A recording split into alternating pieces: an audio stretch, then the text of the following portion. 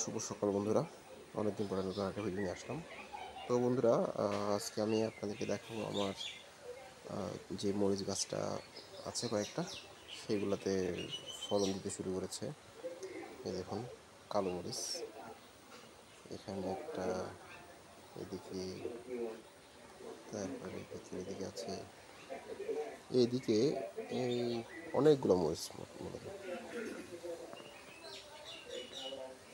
এই মরিচগুলো একটা বিষয়, মানে খুব ইম্পর্টেন্ট। মরিচে পানি জমতে পারবে না। পানি যদি জমে যায় সেক্ষেত্রে মরিচ গাছ মারা যায়। আর একটা জিনিস, পানির অভাবও হতে পারবে না। মানে মোটামুটি মাটিতে যে রসটা সেটা থাকতে হবে। তারপরে দেখুন, এদিকে ফুল আসছে আবার নতুনভাবে, এদিকে মরিচ, মানে মোটামুটি মরিচ এখন পাওয়া যাচ্ছে আমাদের গাছে।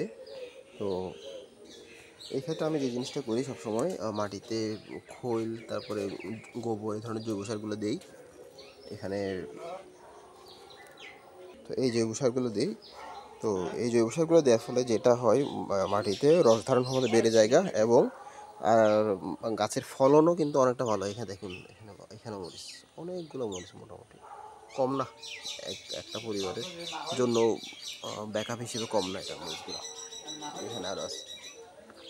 তো বন্ধুরা, যদি ভিডিওটা ভালো লেগে থাকে তাহলে অবশ্যই একটা লাইক করবেন, কমেন্ট করবেন। আর কী ধরনের ভিডিও দেখতে চাচ্ছেন অবশ্যই সেটা কমেন্টে জানান। আমি সময় পেলে আপনাদের জন্য নতুন নতুন ভিডিও তৈরি করব। ধন্যবাদ।